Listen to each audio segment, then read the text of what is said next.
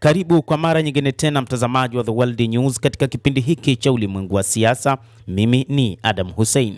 Marekani inasema inaweza kufungua mlango wa bahari wa Hormuz ikipewa muda kidogo. Hii ni kauli ya rais wa Marekani Bwana Donald Trump.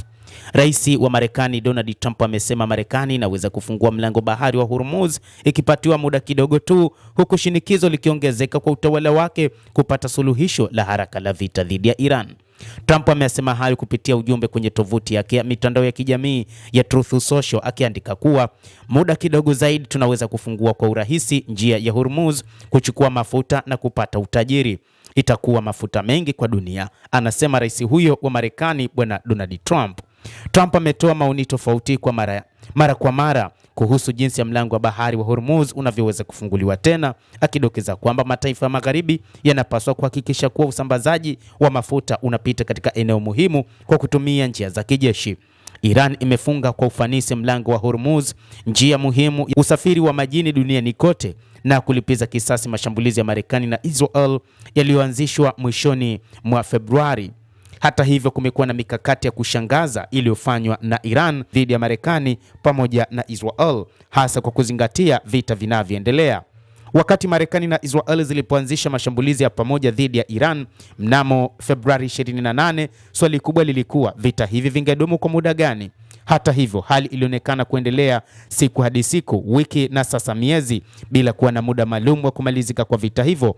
Lakini katika hotuba yake ya hivi punde kwa wananchi wa Marekani, rais huyo wa Marekani Bwana Trump amesema kinyume na matarajio hakuweza kuwasilisha mpango wa ulinzi wa wazi, lakini alisema kwamba Marekani inakaribia kufikia lengo la kimkakati nchini Iran na kwamba mashambulizi makali dhidi ya Iran yatatekelezwa katika wiki 2 hadi 3 zijazo.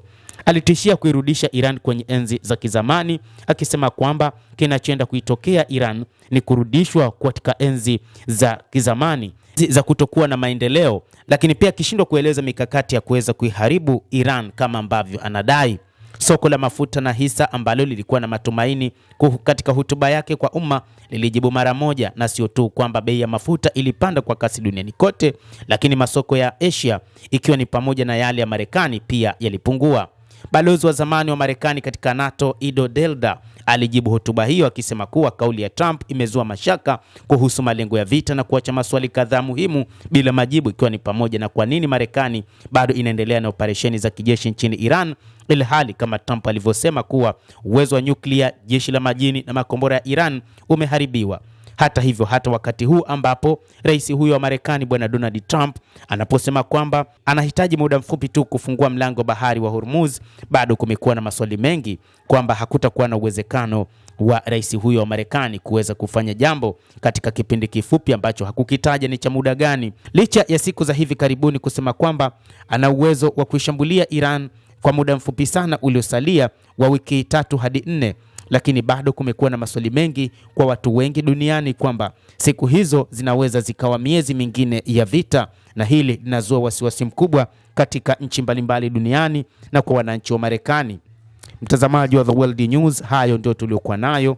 Bila shaka nawe pia una nafasi ya kulike, una nafasi ya kucomment, kadhalika una nafasi ya kusubscribe channel yetu hii upate habari hizi kwa mapana kupitia The World News. Mimi ni Adam Hussein, endelea kuwa nasi wakati wote, endelea kutufuatilia, mjue mengi yanayojiri katika ulimwengu.